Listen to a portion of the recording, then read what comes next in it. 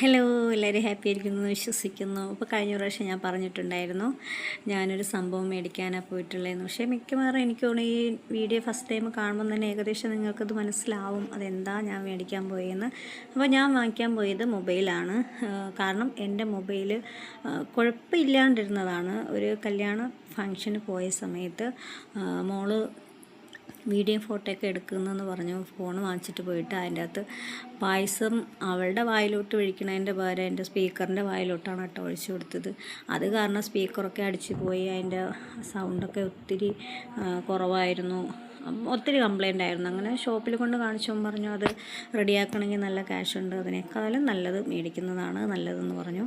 അപ്പോൾ അതുകൊണ്ടാണ് എൻ്റെ വീഡിയോയിലും പലപ്പോഴും ക്ലാരിറ്റി കുറവും വോയിസ് കുറവും ഒക്കെ ഉണ്ടായിട്ടുള്ളത്. മൈക്ക് വെച്ച് മാത്രമേ എനിക്കത് സംസാരിക്കാൻ പറ്റുള്ളൂ.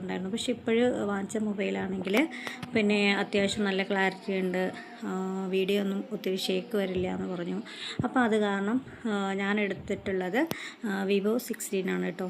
അപ്പം ഈ നമ്മളിപ്പം വീഡിയോ എടുക്കുന്ന സമയത്ത് സത്യം പറഞ്ഞാൽ വലിയ ടാസ്ക്കാണ്, ഒറ്റയ്ക്കാണ് എടുക്കൽ. മക്കളോട് പറയുന്നെങ്കിൽ എന്താ സംഭവിക്കുന്നതെന്നറിയോ, വീഡിയോ കണ്ണുണ്ടെങ്കിൽ മൂക്ക് കാണില്ല, മൂക്കുണ്ടെങ്കിൽ വാ കാണില്ല. അപ്പം അങ്ങനത്തെ രീതിയിലാണ് അവരുടെ വീഡിയോ എടുപ്പോൾ. അവരെ കുറ്റം പറഞ്ഞിട്ടും കാര്യമില്ല, കാരണം എന്ന് വെച്ചാൽ അവർ എടുക്കുന്ന ആ ഒരു ഇത് അങ്ങനെയാണ്. കാരണം പെട്ടെന്ന് മൊബൈൽ കൊണ്ടുപോയി കളിക്കാനുള്ള ഒരു ക്യൂരിയോസിറ്റിയിൽ അവരെടുക്കുന്ന ഇത് പലതും നമുക്ക് തൃപ്തികരമാവില്ല. അത് കാരണം നമ്മൾ എത്ര കഷ്ടപ്പെട്ടെങ്കിലും ഒറ്റയ്ക്കാണ് ഞാൻ വീഡിയോ എടുക്കാറ്.